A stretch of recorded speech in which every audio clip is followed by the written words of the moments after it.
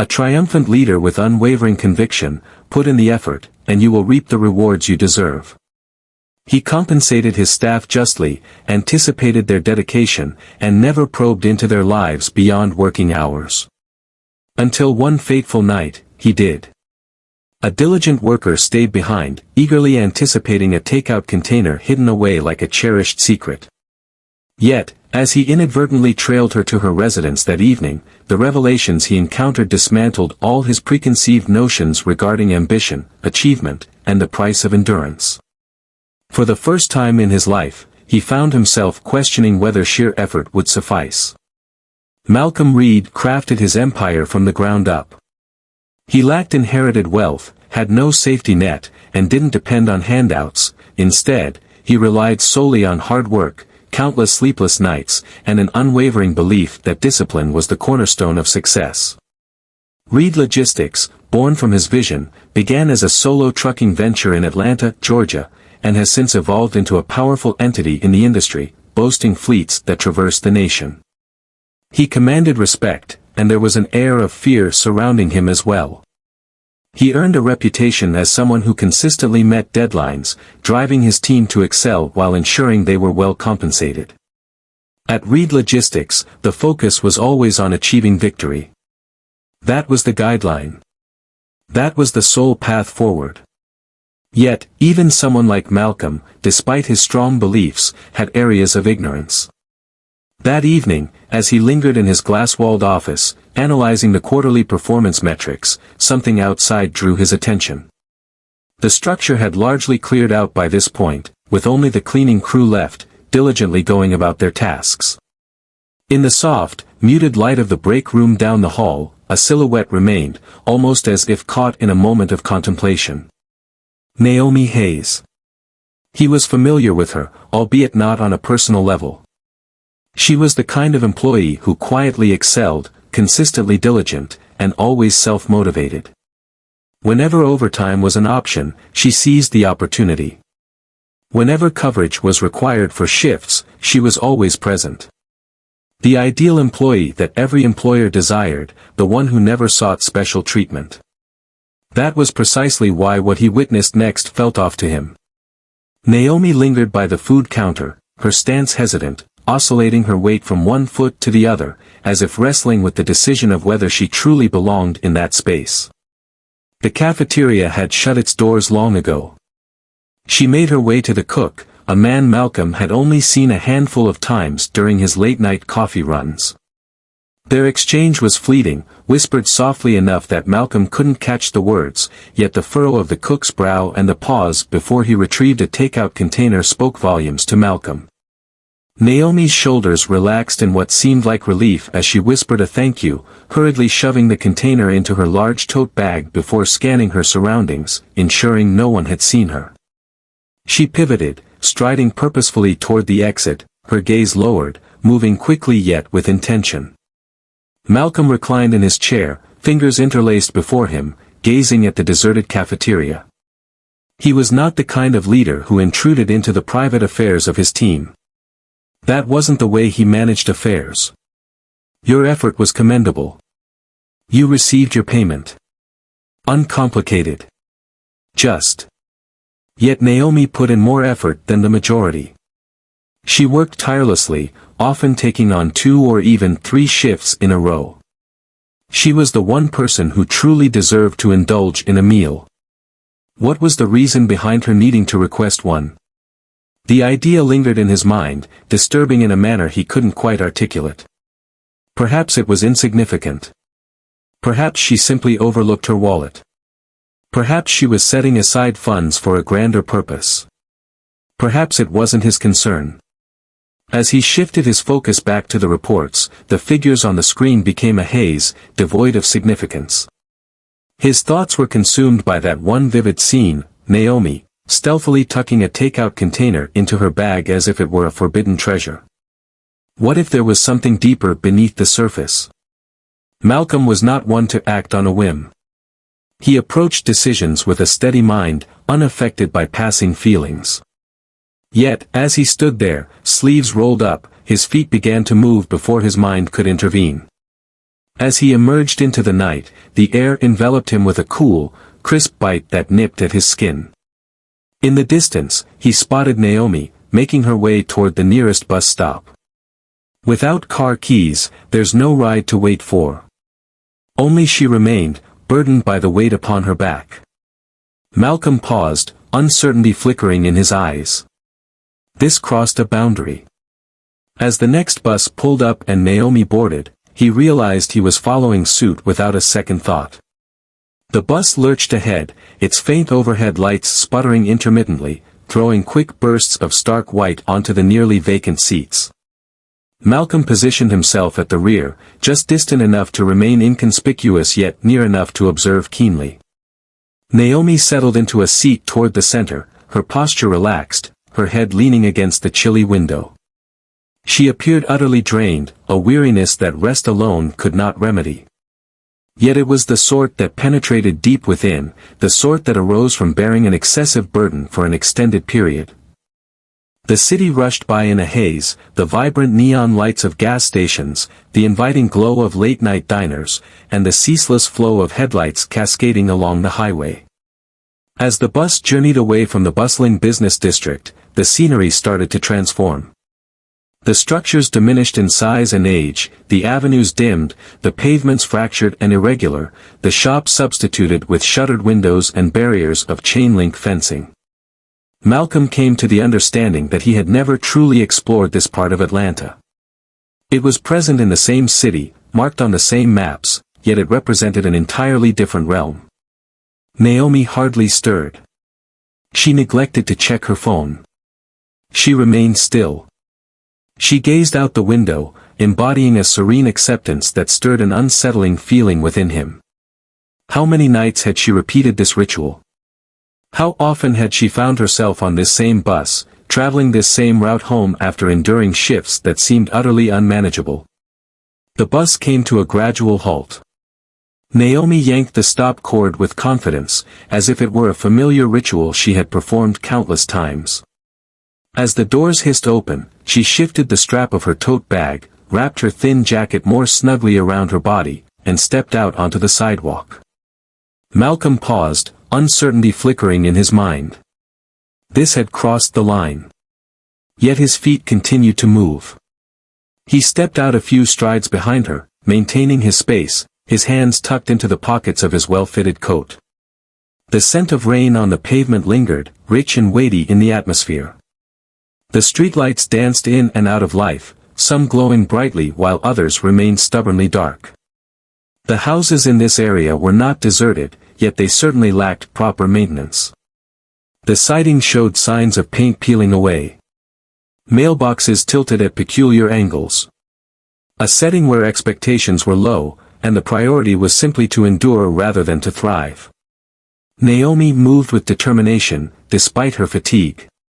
She rounded a corner, gliding past a line of weathered railings and softly illuminated porches, until she arrived at a modest apartment complex, one that unmistakably bore the marks of time. She ascended the stairs to the second floor, retrieved her keys, and gently pushed the door open.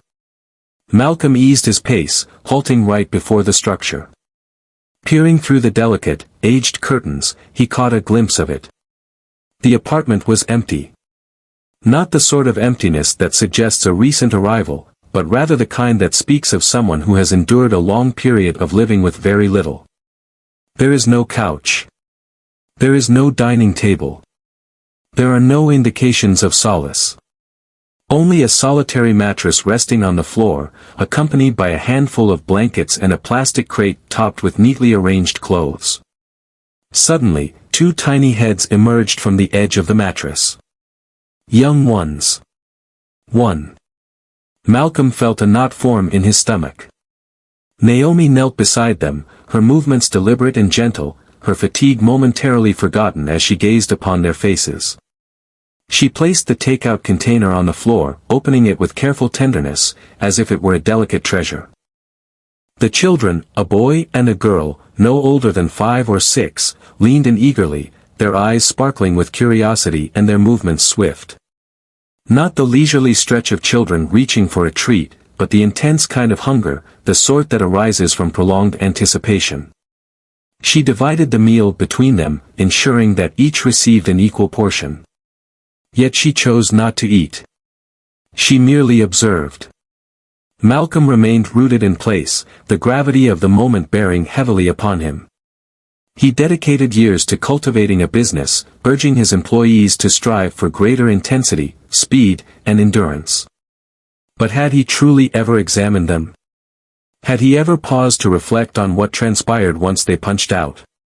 Naomi wasn't merely enduring double shifts, she was conquering them. A brisk wind rushed along the street, causing a nearby metal sign to clatter and shake. Malcolm stepped back, thoughts swirling, heart pounding. He had to go. This was not his concern. He had witnessed more than enough. Yet, as he pivoted, a faint voice pierced the darkness. "Mommy, will we be having breakfast in the morning?" Malcolm stood still. Naomi paused for a brief moment. With a gentle assurance, she tucked her daughter's curls behind her ear and softly murmured, "Of course, baby. I will find a way." She beamed with delight. Yet Malcolm perceived it for what it truly was. It was merely an illusion. It served as a shield, a delicate construct designed to provide solace to another, rather than to herself. And in that moment, a change stirred within him. This was more than merely an unfortunate circumstance. This system was flawed. For the first time, he found himself questioning whether sheer effort alone could resolve the issue. The following morning, Malcolm found himself at his desk, gazing at his laptop screen, yet the figures before him morphed into indistinct forms. After a long stretch, his attention drifted away from work. His thoughts drifted to a shadowy apartment, where the chill of the floor matched the somber scene of two starved children sharing a meager meal from a takeout container their mother had to plead for. He had spent the night mulling it over, attempting to make sense of it, trying to persuade himself that he bore no responsibility to engage. Naomi was employed. She put in a great deal of effort. He compensated his employees justly. If she was facing difficulties, that was not his responsibility. That was existence. That was how the world operated. Yet, that reasoning seemed empty now. A gentle rap at his office door brought him back to reality. His assistant glanced in, her expression a mystery. "Naomi Hayes has arrived to meet with you," she mentioned. Malcolm straightened, his face settling into a calm, unreadable mask. He had spent the past hour pondering whether he should be the one to summon her, contemplating how to broach the subject of what he had witnessed without provoking her defensiveness. Yet here she stood, having made her own decision. That held significance. Let her in. The door swung open, and Naomi entered, her movements reminiscent of a person preparing for a collision. She appeared just as weary as she had the previous evening. Yet, within her gaze, there lingered a subtle tension, a newfound caution. A pause that was absent previously. She positioned herself opposite him, her hands arranged with precision in her lap, her posture unnaturally stiff, overly restrained. "Did you wish to see me, sir?" Her voice conveyed a sense of calm authority. No trace of feeling. Malcolm observed her intently, weighing his options on how to begin. He had practiced numerous methods to tackle this. Yet here I was, facing her, and none of them seemed to fit. At last, he simply stated it. "Last night, I caught a glimpse of you." Naomi tensed up. It was subtle, almost imperceptible, yet Malcolm detected it. "Pardon me. I made my way to your place." The words flowed steadily, measured, yet conveying the message was no simple task. Her response was immediate, a quick breath drawn in, a brief flash of emotion crossing her features, first confusion, then anger, followed by a chillier sentiment. Her fingers clenched tightly, yet she remained still, refraining from any outburst. I don't understand," she said, though her voice had shifted. It had lost its consistency. It was restrained, measured, as if someone were battling the urge to succumb to fear. Malcolm observed her quietly, maintaining a composed and even tone as he acknowledged, "I noticed you took that food home. I had the chance to see your apartment. The children you have." Her breath caught in her throat. And just like that, the barrier was erected. Her expression trembled, her shoulders straightened, and in that moment, the woman before him transformed from merely Naomi Hayes. She was an employee, a mother fiercely guarding her children. A resilient individual standing firm, someone well acquainted with this dialogue and fully aware of how to navigate it. "This isn't how it began," she said, shaking her head, already gearing up to defend herself. "I don't require." "I'm not here to pass judgment," Malcolm interjected, leaning in a bit. "And I'm not here to feel sorry for you either." Naomi fixed her gaze on him, truly examining him, as if attempting to discern the truth behind his words. She had grown accustomed to being overlooked, accustomed to the constant demand for greater effort, accustomed to the way others regarded her as an issue rather than an individual. Malcolm expressed his regret, stating that he should have recognized it earlier. "I am determined to make it right." Naomi swallowed hard, her eyes darting as if she were battling the urge to reveal more than she intended. "You really don't need to go through with this," she murmured softly. "Indeed, I do," Malcolm asserted with conviction. Silence enveloped them, dense and oppressive. For the very first time, she found herself without an answer. Malcolm opened his desk drawer, retrieving a hefty envelope and smoothly gliding it across the desk toward her. Naomi's gaze darted toward it, yet she remained still. "This isn't charity," Malcolm stated before she had the chance to object. "This represents a commitment to you, and to the individuals who drive this organization forward." She refrained from reaching for it. He expressed a desire to increase wages, improve working hours, offer childcare support, and provide emergency assistance. His voice held a steady cadence, yet an urgency tinged it now, something visceral, something genuine. "I would appreciate your assistance in ensuring it's done correctly. To ensure that no one else experiences the same journey home that you did last night." Naomi's lips parted, yet silence enveloped her. Her fingers lingered above the envelope, then retreated as though scorched. "What is the reason?" she finally inquired. It wasn't a charge. There was no uncertainty. It was simply weary. Malcolm let out a breath. "Because I created this company," he stated, "and I allowed individuals to slip through the gaps. I will not allow that to occur once more." Naomi gazed at him intently for an extended moment.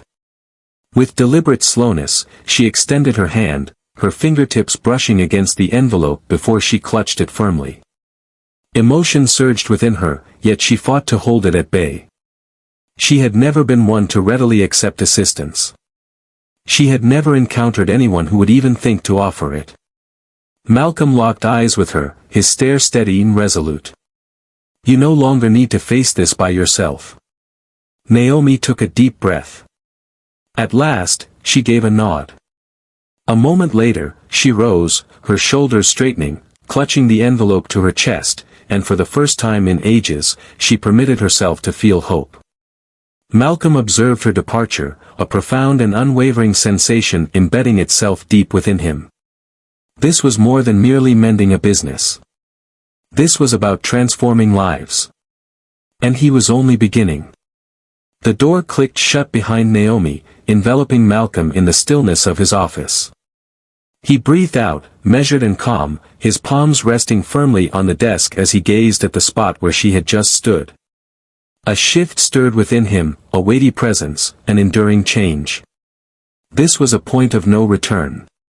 The understanding settled within him, weightier than he had anticipated. For years, he held the conviction that relentless effort was the solution to all problems. The formula for that success was straightforward: put in the effort, and the results will follow. However, last night shattered that conviction completely. Naomi had followed all the steps perfectly. She put in more effort than the majority. She always managed on her own. Yet, she found herself pleading for a bite to eat. That wasn't a shortcoming on her part. That was his failure. Malcolm exhaled sharply, leaning away from his desk. His office, once a testament to all he had created, now felt stifling. He craved movement. A strategy. A resolution. His fingers danced across the keypad, dialing a number that seldom saw the light of day. The phone barely rang before a crisp, authoritative voice picked up. Malcolm Lisa Carter, his chief financial officer, greeted him with a sharp tone. I was surprised to receive your message ahead of our board meeting next week. What thoughts are swirling in your head? Malcolm acted without a moment's pause. I need to discuss payroll. Advantages. Programs for urgent support.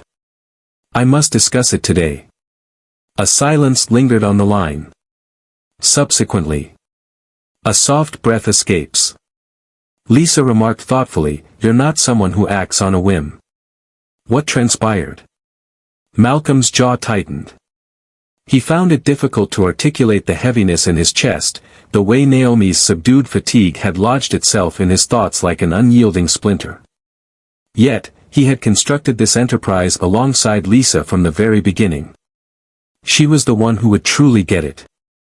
I finally came across something that had been long overdue for my attention. Yet another moment of stillness. Subsequently, the rhythmic tapping of keys on a keyboard. Very well, Lisa remarked. Share your thoughts with me. Malcolm took a deep breath, channeling his thoughts into a coherent form, something tangible. We must increase wages, he began, his tone resolute. Text, it doesn't matter the method, but we must ensure it gets done. And not merely a few cents to match inflation, I'm talking about something substantial. A transformative experience that truly impacts lives. Lisa emitted a soft hum, the sort that indicated she was already calculating possibilities in her mind. That's quite a significant change, Malcolm. Investors are closely monitoring the margins. Anticipate some resistance. Allow them to advance, Malcolm stated. We are a logistics company, Lisa. We facilitate the movement of goods. We sustain the flow of the supply chain. The sole reason we excel at it is due to the dedication of those on the ground. The items stored in the warehouses. The individuals in the vehicles. The individuals who endure 16-hour shifts without a word of discontent. I established this company with the conviction that dedication yields results, yet what if it falls short? What if we are receiving more than we are contributing? Lisa took her time before replying. When she finally spoke, her voice had transformed, now infused with contemplation rather than doubt. Performing calculations. Farewell. Are you truly committed to this? Absolutely serious. Yet another moment of stillness. Next, additional keystrokes. Very well, Lisa remarked. Let's proceed with it. Let's begin by examining the figures. I will compile models regarding wage increases and explore potential fund reallocations that won't compromise our financial stability. Are you interested in discussing the advantages as well? Absolutely, Malcolm responded without hesitation. Support for child care. Urgent assistance. Perhaps assistance with tuition for those looking to advance. I'm not looking for temporary solutions, Lisa. I seek enduring solutions. Lisa emitted a soft chuckle, one that was not derisive, but rather filled with astonishment. Perhaps even astonished. Well, that's surprising. It seems someone has received a jolt of realization. Malcolm ran his fingers along his jawline, letting out a breath through his nostrils. Indeed, something along those lines. Very well, Lisa remarked. Please allow me a few hours. A preliminary report will be ready by the end of the day. Malcolm, we both understand that if we proceed with this, it's going to lead to a confrontation, correct? The board, the investors, and even certain managers may not fully support you. Malcolm's fingers clenched around his phone. He recalled Naomi in his office, her hands tightly clasped in her lap, her voice a mere whisper as she said, "You don't have to do this." "Then we engage in battle," Malcolm declared. Lisa let out a soft laugh. "Absolutely, we certainly do. I'll reach out once I have the figures." The connection was lost. Malcolm let out a deep breath, reclining in his chair. For the first time in ages, the heaviness in his chest transformed from a burden into a sense of direction. This transcended mere business now.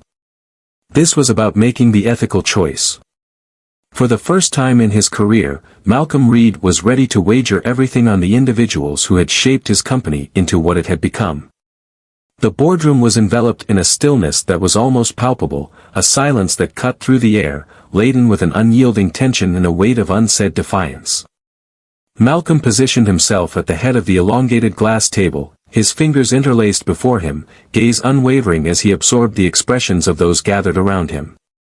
Individuals clad in tailored suits, others in sleek blazers, those who dedicated years to scrutinizing figures yet had never experienced the inside of a warehouse, never endured a grueling shift, never faced the dilemma of choosing between paying rent and putting food on the table. Lisa sat beside him, her expression a mystery, yet Malcolm was attuned to her enough to perceive the strategy unfolding behind her gaze. She was ready for anything. She consistently did. Documents finalized, data organized with precision, forecasts clearly outlined. All conceivable objections to their impending actions had been thoroughly examined and rebutted. However, that certainly did not imply that the battle would be straightforward. Across the table, Daniel Grant, one of their longest-standing investors, cleared his throat, leaning back in his chair like someone who had already made up his mind about the unfavorable news he was about to receive. "Malcolm, allow me to clarify my understanding of this matter. You are suggesting a universal salary hike. Additional advantages. A resource dedicated to providing urgent support. What makes you think we should give our approval for this?" Malcolm let out a breath through his nostrils. "Because it is the morally correct choice." A moment of stillness. Then, a derisive sound came from someone on the right. "Come on, Malcolm," Daniel said, shaking his head. "We are not a non-profit organization. We operate a business. Our team members receive competitive compensation within this sector. If we begin distributing raises indiscriminately, what will be the ultimate consequence? What do you suppose the shareholders will express when our profit margins decline?" Malcolm's jaw clenched. The atmosphere in the room felt heavy, the doubt hanging in the air like a dense fog. Yet, he was ready for this moment. He had dedicated the last week to analyzing figures, enduring lengthy discussions with Lisa, meticulously considering every conceivable counterargument. This transcended mere emotion.